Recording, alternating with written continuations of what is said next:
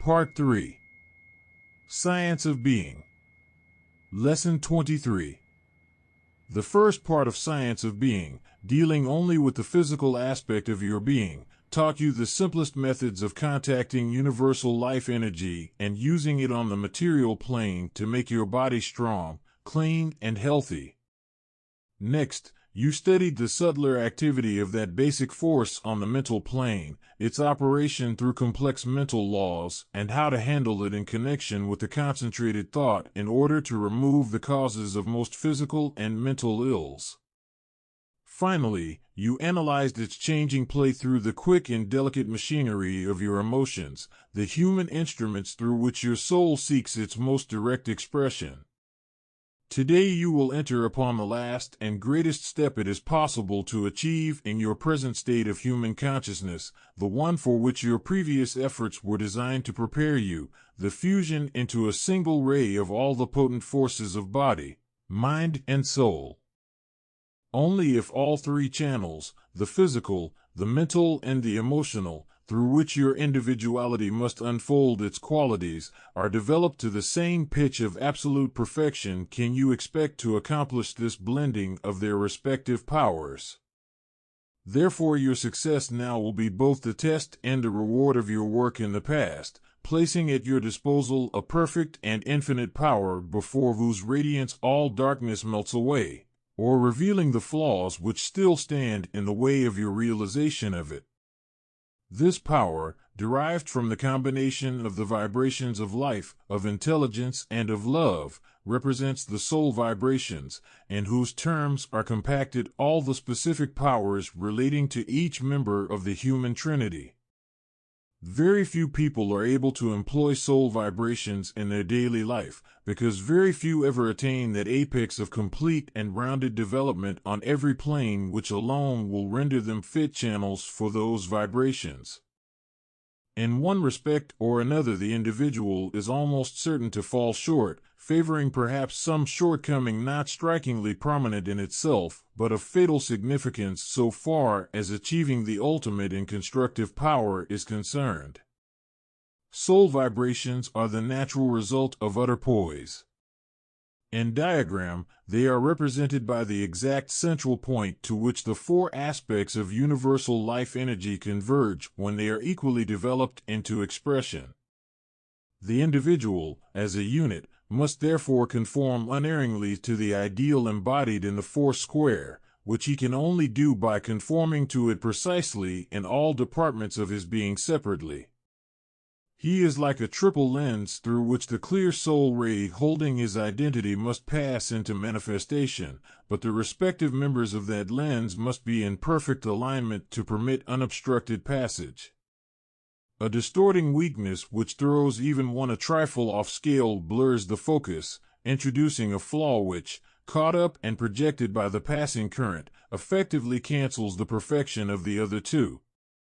That is why this highest and finest harmonizing method is explained to you almost at the end of the course, after you have devoted a certain period of exclusive training to each of the three aspects of your human existence in turn. You have been brought in a logical progression nearer and nearer to that state of complete poise so vital for the transmission of soul vibrations. Conscientious practice during the past 5 months will have developed the four aspects of universal life energy into equal and balanced expression on all three planes of your being, producing that inner condition of equilibrium, peace, and harmony which attunes you to the highest.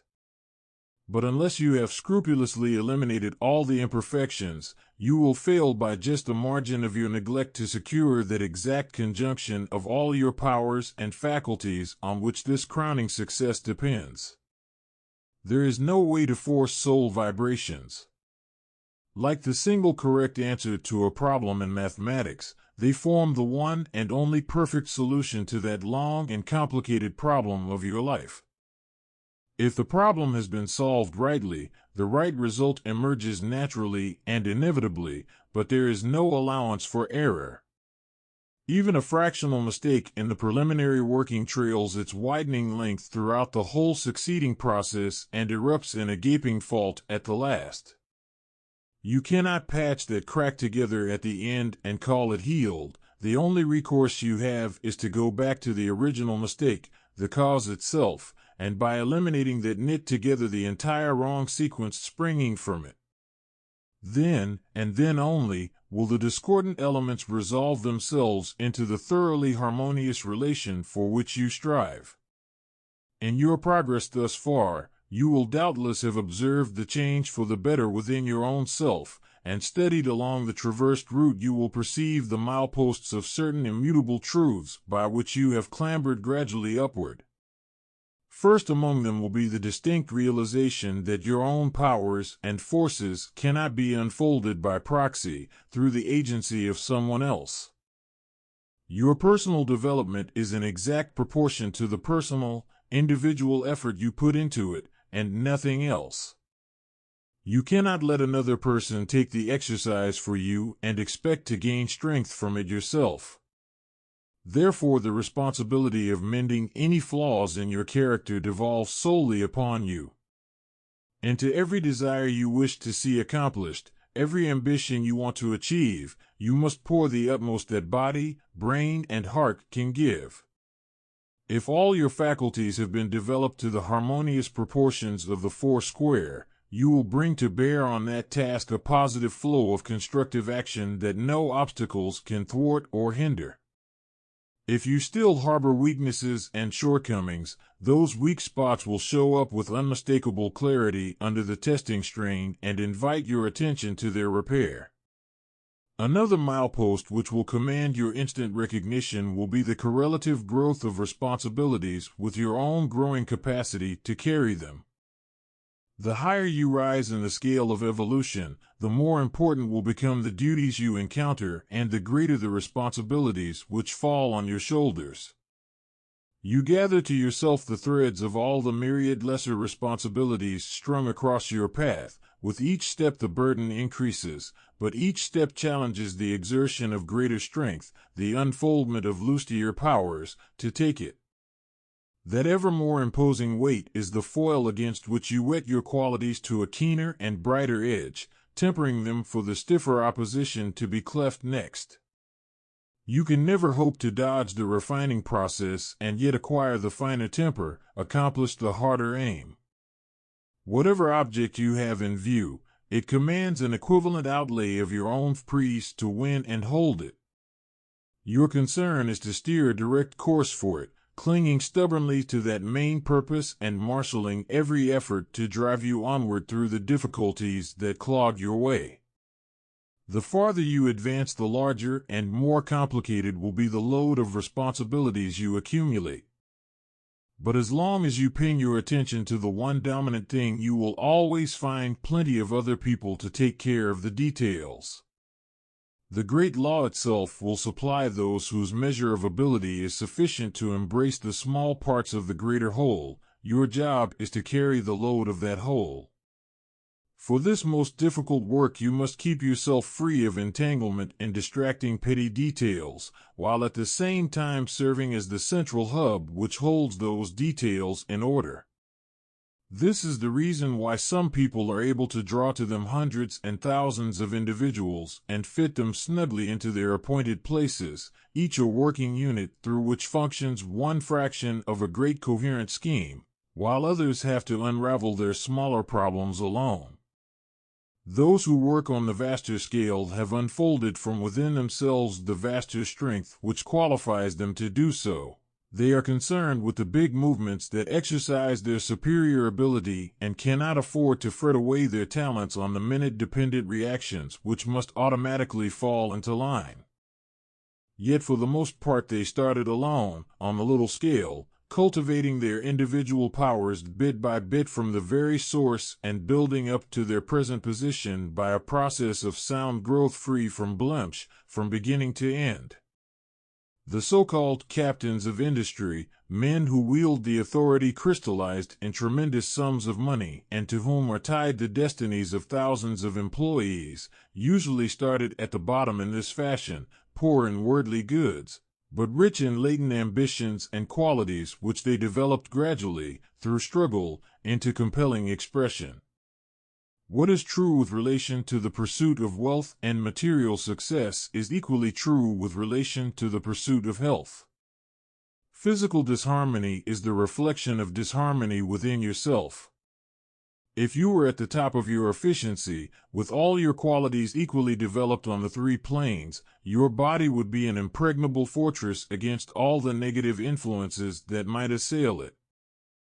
The perfect harmony inside would constitute an unbroken wall of protection, innocent of any crevice through which negative influences might penetrate to corrupt it. In such a condition of utter equilibrium, of inner poise, it would be impossible for you to express disharmony of any sort. You could not experience headaches, colds, sicknesses, etc., because you would be wholly immune to the discordant vibrations of which they are the result. Like attracts like is a natural law, functioning alike through the physical, mental, and emotional channels of the individual. The disharmony that every human being more or less unconsciously fosters within himself is an open mouth to drink in destruction from outside. It attracts the corresponding negative vibrations and pours them into his mind, there to grow and spill forth eventually in a rich variety of evil ways. Every negative condition you permit to exist, whether in mind or body, acts as a vicious magnet to draw more trouble to you. The cure of this lies exclusively in your own hands.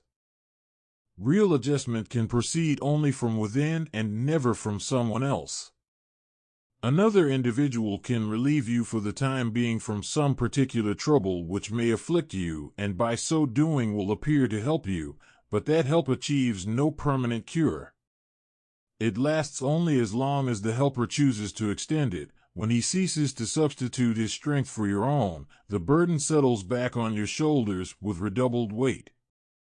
Only as you yourself put forth the necessary effort and develop in yourself the strength to throw off that burden, instead of relying on outside aid to lighten it, can you rid yourself of it completely and finally. Others may bring to your assistance their support and various harmonizing methods to overcome physical or mental ills, but at best they simply aid you in a work that can actually be accomplished by only one person, yourself.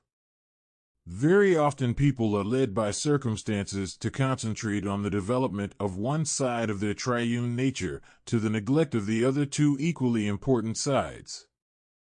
An individual will discover his greatest profit and pleasure in the exercise of his mental faculties. Consequently, he will allow himself to be absorbed wholly into that single channel of expression, while his physical and emotional parts wilt unregarded about him. Another will find his greatest interest in the cultivation of bodily strength, a pursuit in the rear of which his mental development tags along in a casual and disinterested fashion. Still others live chiefly through their emotions, a spectacular existence shot with warm contrasts, but notoriously lacking in balance. However striking may be the progress any of these make in a single specific direction, it is never enough to compensate for their backwardness in the others.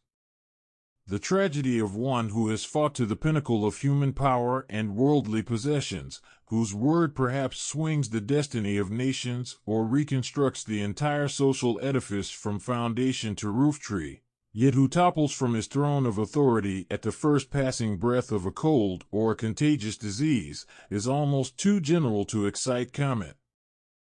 As long as people will house their most precious gifts in a weak and rickety vault of flesh, as long as they will provide for their sublime qualities a shabby, absurd, outworn material instrument to express through, they will deliberately place all they have won through a lifetime of painstaking struggle at the mercy of every destructive influence they may encounter.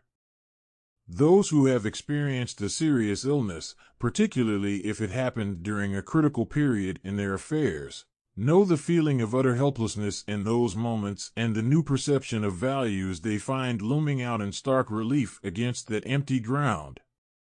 They are eager and willing to part with any amount of money, power, and material goods, if in exchange they can buy back the health they were accustomed to take for granted when they had it. The conditional nature of worldly advantages becomes more vividly apparent the more those advantages slip beyond reach, but frequently this viewpoint is attained too late. Doctors, with all their skill, are often helpless to prop the tottering wreck on its feet again and make it go as before. Such individuals owe their unhappy condition to their own neglect. If, instead of turning to drugs and medicines for the strength they need, they would repair and refuel their physical engine during spare moments through the use of universal life energy, they would generate within themselves the necessary vigor to throw off any negative condition that might attach them. They would knit into their very being a solid and permanent defense as well as an ample reserve of power, and would increase that reserve every time they were called upon to use it. As it is now, the cornerstone of many a far-flung enterprise is a medicine chest, but modern sentiment is beginning to set less and less faith in the man who draws his efficiency from a pill box. The demand is for genuinely strong individuals, sound to the core, whose executive efficiency is simply the direct expression of real strength and power within. Businessmen of today are arriving gradually and instinctively at a realization of this. They devote a portion of their time to golf, tennis, and various other physical exercises whose benefits they are quick to perceive and appreciate.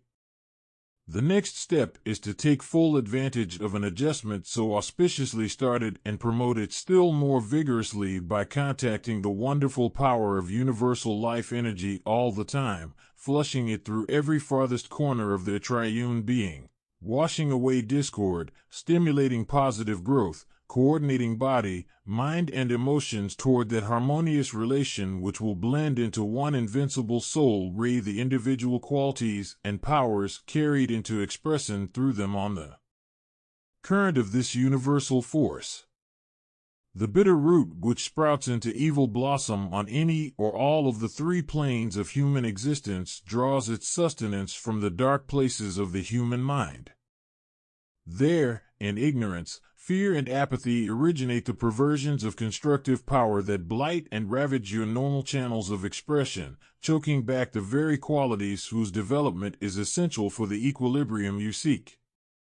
Consequently, it is in mind first that you must light the lamp of understanding, whose searching radiance will expose the hidden causes of the negative that break into evidence and will reveal to you the proper way to handle it. Fortified with this understanding, you will discover that the first actual step on the road to complete self-adjustment is by way of moral sanitation. That is, you must eliminate the sudden and treacherous destructive passions which so often blow apparently out of nowhere to blur your faculties, upset your poise, and eat away the mental and physical foundation stones of your whole being. They are of all harmful influences the subtlest in their nature and the most dire in their effects, hard to anticipate, easy to indulge, baffling in their variety, violence, and uncanny accuracy in storming each vulnerable point, but as instantly vulnerable in turn to those who know how to meet their assaults. So whenever you feel anger, jealousy, envy, pride, or any other phases of so-called evil passion, do not fall into the specious course of trying to overcome them by sheer willpower or persistent mental denial. Your humanly mental forces, while they may succeed for the moment, really accomplish in the long run the exact opposite of the desired results. They stamp back within you the very negative that your own soul is endeavoring to throw out of your system. A more virulent self-poisoning can scarcely be conceived, because that venom, accumulating more and more within you, will inevitably crop out at last in the form of all sorts of organic or mental troubles. Your mode of procedure, when you feel the gust of ominous passions rising, is to recognize them frankly for what they are, understand the purpose behind them, and set courageously and intelligently about the business of helping to eliminate them in the fashion nature has decreed. Instead of closing yourself up through an abrupt exertion of will, relax, make the contact with universal life energy, and admit ever more abundantly the healing current of love. That energizing power, and its aspect of love, will accomplish the miracle of transmuting the evil you are trying to expel, because it will pierce through the crust of negative vibrations to the core of universal life energy imprisoned within them, the innocent source from which they borrow their vitality and power, and in liberating that positive nucleus will restore to their original harmonious condition the destructive vibrations comprising your wrong impulses. Remember, the basic activity of universal life energy, especially in its highest aspect of love, is to establish harmony wherever it goes. Discord and negative are powerless to withstand its positive influence and infinite harmonizing qualities. Therefore, in all that it touches, the bad is melted away just as the good is emphasized, and the distorted balance resumes gradually its normal state of equilibrium and poise. However much of the negative there is in an individual, it is nevertheless limited and must sooner or later be brought to the surface. The more you will use universal life energy in transmuting it as it appears, the more astonishingly easy and efficient you will find yourself becoming in that respect.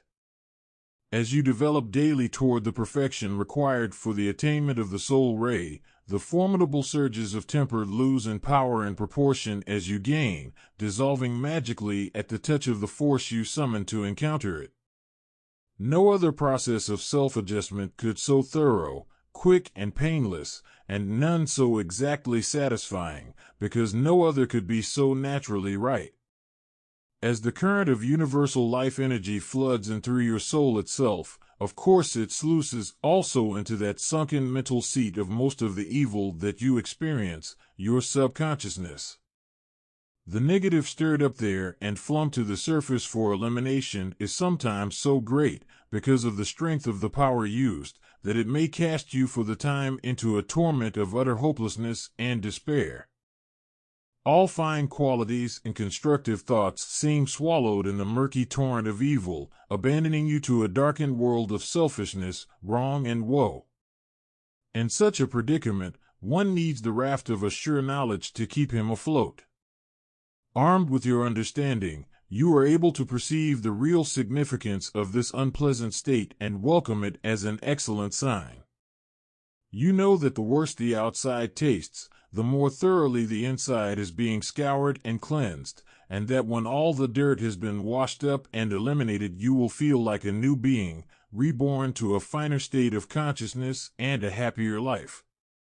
If you wish to help others to a similar rebirth, remember that universal life energy, recognizing no barriers of time or space, can be transferred to any distance by means of absent treatments. However far your patient may be, and however ignorant of his geographical location you may be, he is always instantly within your reach through the long arm of that force. Simply concentrate your thought very strongly on him for a moment, even visualizing him as present before your face, and then release the healing current over that mental line. If the individual will attune himself to the vibrations you send, proper adjustment will occur as the negative is there transmuted into the positive.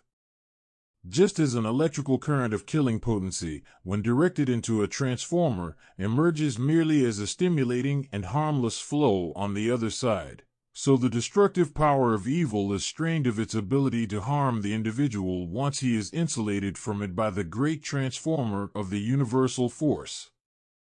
Patience and perseverance are the two foremost aids in the task of purging the impurities out of your trine nature. A realization of all the negative that you have been collecting and carrying with you through countless incarnations will reconcile you to the few months or even years it will take to eliminate it. You cannot wipe so vast a slate clean at a single sweep, yet every effort at self-improvement marks a gain of no mean scope.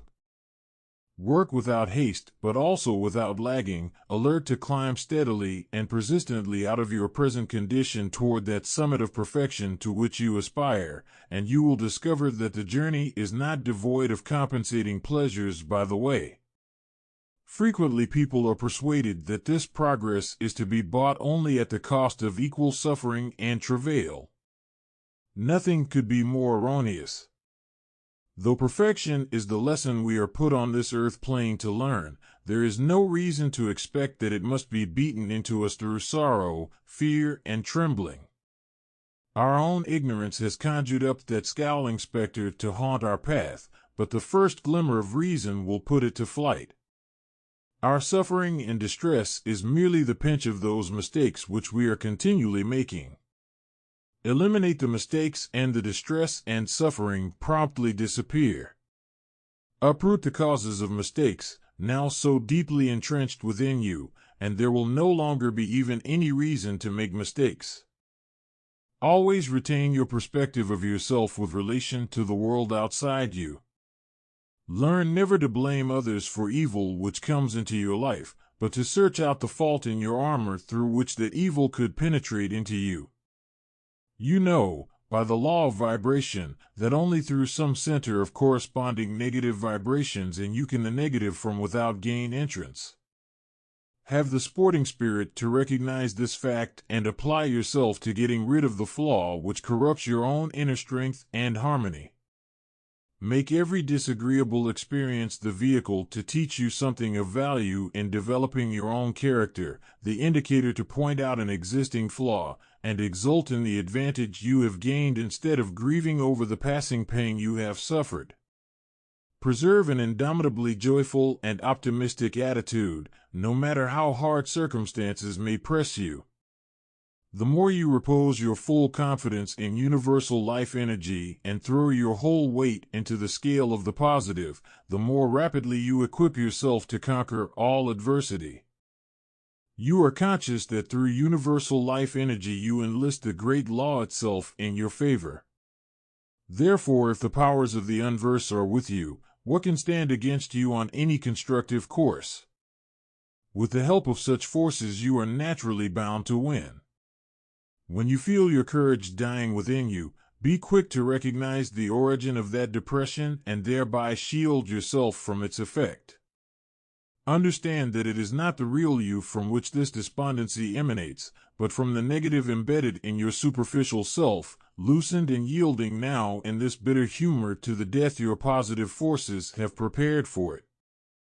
Let your reason prove to you that you are listening to the dirge of an evil thing meeting destruction, because good itself is indestructible and eternal. Only evil is perishable, and the sooner it perishes the better. Govern your life by true, intrinsic values rather than by apparent worth. Often you hear people complain, "My love for so-and-so has died. My faith in him is completely gone." Yet genuine love is above all things eternal. What has died is something less precious, undeserving of the grief that is too generously poured out in tribute to it. Perhaps it was infatuation, or a wrong concept of love which met its merited doom, but that individual's burden is only so much the lighter for having dumped such a counterfeit, if he would stop nursing his woe long enough to appreciate the fact. Faith, love, confidence, hope, all the separate strands of that sustaining cord on which human lives and ambitions are threaded, are imperishable. The blind faith that sometimes seems to wilt either has never been faith, or it is the blindness itself which has dissolved too suddenly for one accustomed to the dark.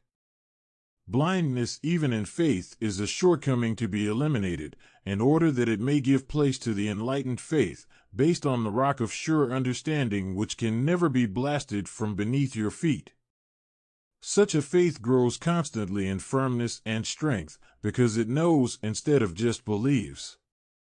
Perceive the truth in all things, so that you can discriminate the real from the seeming, and you will save yourself much unnecessary tribulation in your earthly career.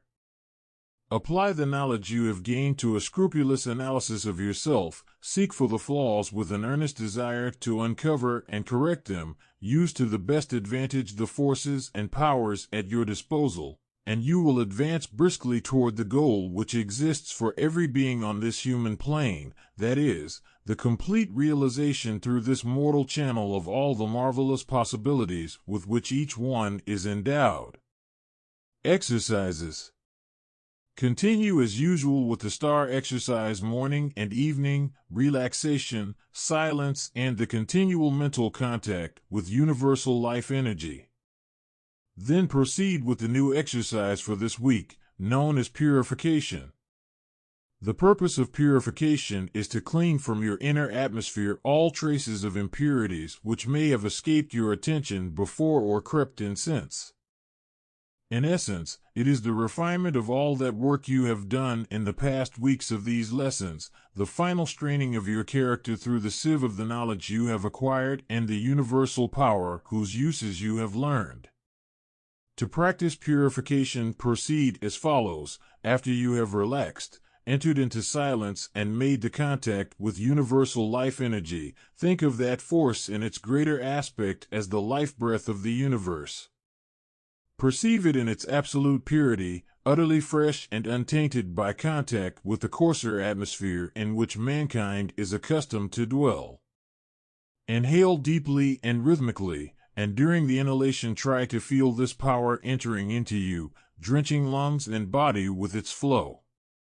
Perform the exercise in a standing position, outdoors, or before an open window if the temperature permits. Presently you will be conscious of an extraordinary sensation of purity and freshness pervading your entire being. Dullness and fatigue will be brushed aside like stale valley mist before a clean mountain breeze.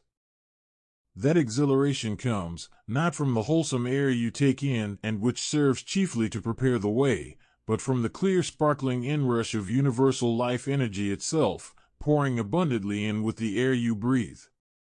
There is no more practical and effective way to purge and stimulate your whole inner being than this. Questions and answers to Lesson 23. 1. What is the soul ray? The soul ray is the fusion into a single ray of all the potent forces of body, mind, and soul. 2. How can it be contacted? It can be contacted by developing all three planes of one's being into exact conformity with the perfect ideal embodied in the four square of life, mind, truth, and love. 3. In what way does the soul ray serve to test your harmonious development of character? The soul ray serves as a test of the harmonious development of your character, because it cannot be transmitted if any imperfections still exist to obstruct its passage, but it will reveal the nature and location of those flaws in your human channels. 4. What is the advantage in starting at the bottom and working up to positions of greater power and responsibilities? The advantage in starting at the bottom and working up is that you develop from the very foundation the strength to carry all the added responsibilities that fall on your shoulders as you advance, whereas one who is loaded with the responsibilities before he has developed the strength to carry them finds the burden crushing. 5. In what way is the individual responsible for any negative conditions he may experience? The individual is responsible for any negative conditions he may experience, and that a corresponding center of negative vibrations must already exist in him to attract that negative from outside before it can get in. 6. Why is it unwise to rely wholly on others to cure negative conditions in yourself? It is unwise to rely wholly on others to cure negative conditions in yourself because you thus depend upon the strength of someone else to relieve you for the moment of that condition, instead of developing in yourself the strength to get rid of it entirely. 7. What is the great drawback to exaggerated development on any one of the three planes? The great drawback to exaggerated development on any one of the three planes is that it destroys your equilibrium and poise and thereby makes you an easy victim to any negative influence you may encounter. 8. Where are the original causes of all discord you may suffer to be found? The original causes of all discord you may suffer are to be found in your own mind. 9. How can evil passions be eliminated? Evil passions can be eliminated by transmuting them through contact with universal life energy, especially in its aspect of love. 10. What may be the effect on you while the negative in you is being expelled? The effect on you of negative in process of being expelled may be a feeling of utter hopelessness and despair. 11. What fundamental difference identifies good from evil? The fundamental difference which identifies good from evil is that evil alone is perishable, while good is indestructible and eternal. 12. How does knowledge of that difference profit you in living your own life? Knowledge of that difference profits you in your own life by enabling you to penetrate to the true value of things, thus sustaining you in your own dark moods and also saving you the sorrow and distress one is apt to feel when illusions crumble.